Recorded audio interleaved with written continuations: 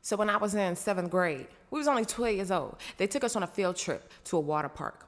Now, within the time that we was there, word started going around that it was a girl sucking in the boys' locker room. So we all jump up, we run over to the exit doors, and we just waiting. We waiting on him to come out. Finally, he come out first, and he grinning and cheesing, and all the boys slapping flies. Oh my God, you got the dick so, you got the dick so. And then she comes out, and of course we're all like, you nasty, you nasty.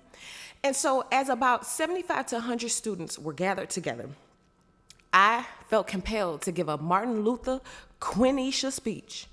I don't even remember what I said. All I know is I was going in, and I was making some really good points, and I was telling the truth. After I was done with my speech, the kids started clapping, and I felt real good. But what I didn't know is that my principal was standing right behind me. He said, "Danielle Bradley." And I turned around and looked at him as the students' clapping was dying down.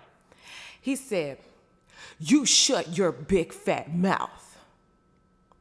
And I wanted to shrivel down to the size of an atom. I literally wanted to disappear. And the same students who had just clapped for me are now the same students who are laughing at me. Now, I didn't know at that time, but that was going to be a big theme throughout my life. Big fat mouth. You got a big fat mouth. Why don't you shut your big fat mouth? You got a big fat mouth, big mouth, big mouth. Shut your big mouth. And generally, it came from people who I unintentionally triggered with the truth. And that's what this video, that's what this message is about today. Some of you guys have the unintentional ability to tell the truth that triggers, okay? And what started to happen throughout my life was that my voice got quieter and quieter and quieter, all the way up to the point where I barely spoke up and said anything anymore. I was the type of person where I like to fight for justice, but there was this thing called fear of consequence that began to take over and override me speaking up when I know that I should. And there are plenty of you out there whose voice has been silenced. You've been told, shut your big fat face, shut your big fat mouth. You think you know it all. And it's not that you know it all, it's just in whatever instance you knew in that moment. Some of you guys, since a very early age, have gotten downloads, intuitive downloads. You got messages from God, and you didn't even know what they was. You didn't even know, oh my God, I'm a truth teller. But this gift, and that's what it is, it's a gift, the gift of your big mouth, the gift of you using your voice, it's not just about you. There are two different groups that I want to mention to you today. First of all, I kept hearing it's ancestral. It's ancestral. When we think about generational curses, a lot of times we don't necessarily think about the things that we don't pursue as a curse. Not speaking up, not using your voice, it's been an ancestral pain in your bloodline. So generation after generation, each generation had a truth teller or a chosen one, maybe even the black sheep of the family. And what happened is even through the generations, there has been this constant fear of consequence that makes people be quiet, even though in that moment they need to speak up. What I was seeing, I was getting deep in meditation, and I've been marinating on this message for a little while, but I was seeing that through the bloodlines, a lot of people had this fear of consequence, and it caused a lot of what could have come to not come. And this is where you come in. Because here's the second group of people that benefit from you using this voice. It is the people that you were brought to this planet to help, to save, to bring them out of darkness and deliver them to a place where they could too use their voice. If you are listening to this message right now, you have been called to leadership. But the leadership that you are being called to is going to require for you to have to say some things that are going to piss people off. Me standing there telling the truth, even at 12 years old, it pissed a grown man off.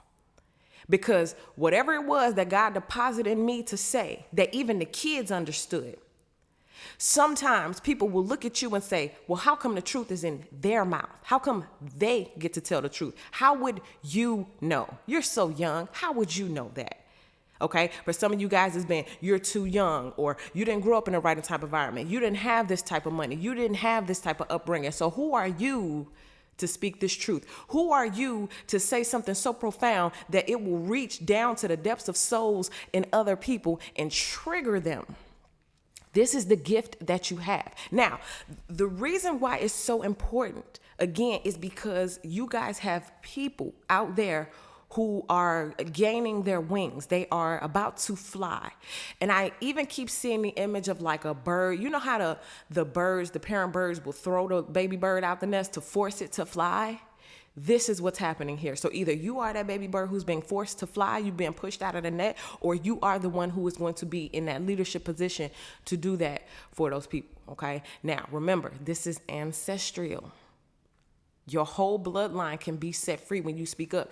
This is the time, like we're living in a time right now where you can say things that are going to piss people off, and it's really not much consequence other than they can leave you a bad comment or they can tell you I disagree. But the consequences that some of your ancestors have faced for speaking up and telling the truth literally have been death, losing a lot of stuff, like you lose your power, you lose your job, you lose, some people may speak up and tell the truth and somebody will set them up to lose their kids. Somebody can lose, their home. There's a lot of different reasons why people don't speak up, but you're being told in this season you're getting the green light. And not only are you getting the green light, you're getting the downloads. God is going to make sure he not only gives you the words to speak, but he's going to so eloquently put them in a beautiful structure of like sentences and structures of speeches that it's like, even if you piss people off, they would look crazy to say anything. You're going to be having downloads and messages deposited into you that once you speak them, once you say them, even people who are bound will be set free. And even people who are mad will go home and they'll think about it. And they'll really get to the root of whatever it is that you triggered inside of them. And you will bring change. Because what was revealed to me is that for some of you guys throughout your whole lifetimes, you had people go off on you for telling the truth.